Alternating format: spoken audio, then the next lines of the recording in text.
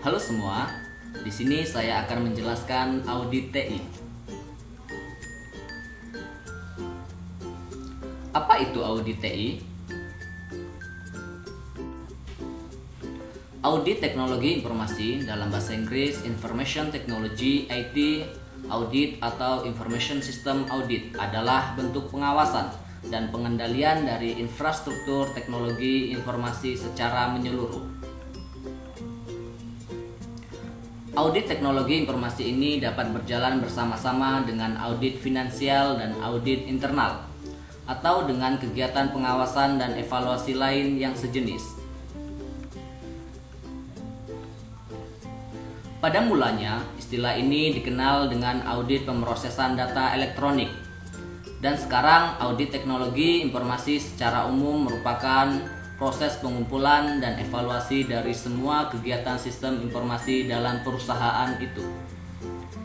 Istilah lain dari audit teknologi informasi adalah audit komputer, yang banyak dipakai untuk menentukan apakah akses sistem informasi perusahaan itu telah bekerja secara efektif dan integratif dalam mencapai target organisasinya. Sejarah singkat audit IT.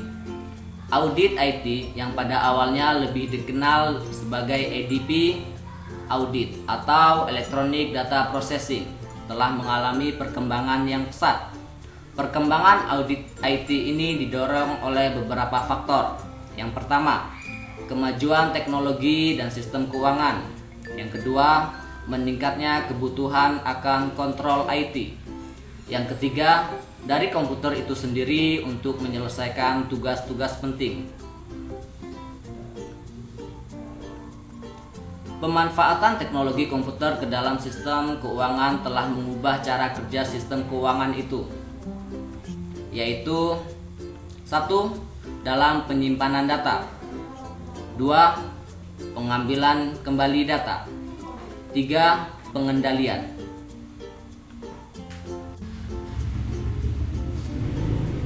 Sistem keuangan pertama yang menggunakan teknologi komputer muncul pertama kali pada tahun 1954. Selama periode 1954 sampai dengan 1960-an, profesi audit masih menggunakan komputer.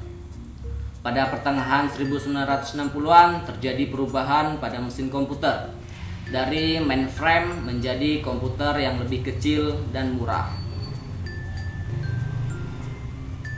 Jenis audit IT. 1. Sistem dan aplikasi.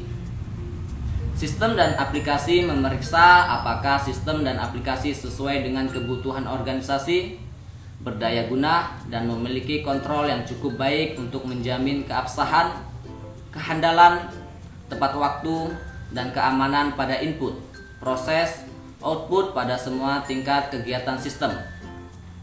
Yang kedua, fasilitas pemrosesan informasi. Fasilitas pemrosesan informasi memeriksa apakah fasilitas terkendali untuk menjamin ketepatan waktu, ketelitian. Ketiga, pengembangan sistem. Pengembangan sistem memeriksa apakah sistem yang dikembangkan mencakup kebutuhan organisasi. Yang keempat, arsitektur perusahaan dan manajemen IT. Arsitektur perusahaan dan manajemen IT memeriksa apakah manajemen IT dapat mengembangkan struktur organisasi dan prosedur yang menjamin kontrol dan lingkungan yang berdaya guna untuk pemrosesan informasi. Yang kelima, client server, telekomunikasi, internet, dan eksternet. Memeriksa apakah kontrol-kontrol berfungsi pada klien, server, dan jaringan yang menghubungkan klien dan server. Metodologi audit IT. Dalam praktiknya, tahapan-tahapan dalam audit IT tidak berbeda dengan audit pada umumnya, sebagai berikut. Yang pertama, tahapan perencanaan. Sebagai suatu pendahuluan mutlak, perlu dilakukan agar auditor mengenal benar objek yang akan diperiksa, fokus komponen yang akan diaudit, sumber daya manusia yang diperlukan, jadwal kegiatan, anggaran atau biaya, dan kebutuhan lainnya. Yang kedua, mengidentifikasi resiko dan kendali untuk memastikan bahwa qualified resource sudah dimiliki. Dalam hal ini aspek sumber daya manusia yang berpengalaman. Yang ketiga, mengevaluasi kendali dan mengumpulkan bukti-bukti melalui berbagai teknik termasuk survei, interview, observasi, review dokumentasi.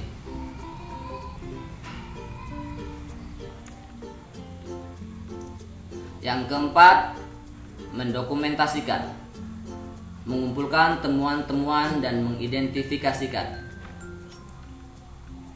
Yang kelima, menyusun laporan dan follow up untuk memastikan bahwa qualified resource sudah dimiliki. Dalam hal ini aspek sumber daya manusia yang berpengalaman.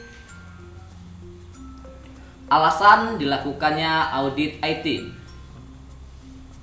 Menurut Ron Weber, Dekan Fakultas Teknologi Informasi, Monash University, dalam salah satu bukunya Information System Control and Audit, menyatakan beberapa alasan penting mengapa audit IT perlu dilakukan. Di antaranya,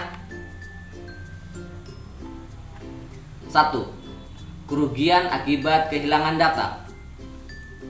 2. Kesalahan dalam pengambilan keputusan. 3. Resiko kebocoran data. 4. Penyalahgunaan fasilitas IT. 5. Kerugian akibat kesalahan proses perhitungan. 6. Tingginya nilai investasi perangkat keras dan perangkat lunak komputer. Siapa yang diaudit? 1. Manajemen. 2. IT manager. 3. IT spesialis, yaitu network, database, sistem analisis, programmer, dan lain-lain. 4. User.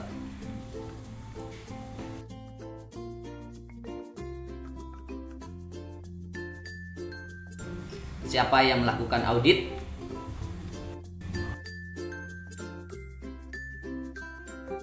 Internal audit, first part audit, dilakukan oleh atau atas nama perusahaan sendiri, biasanya untuk manajemen review atau tujuan internal perusahaan.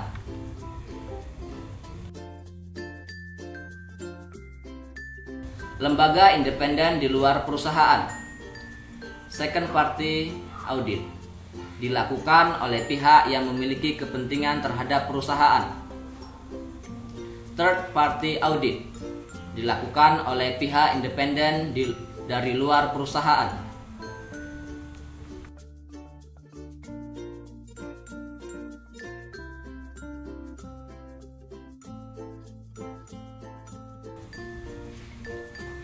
Terima kasih.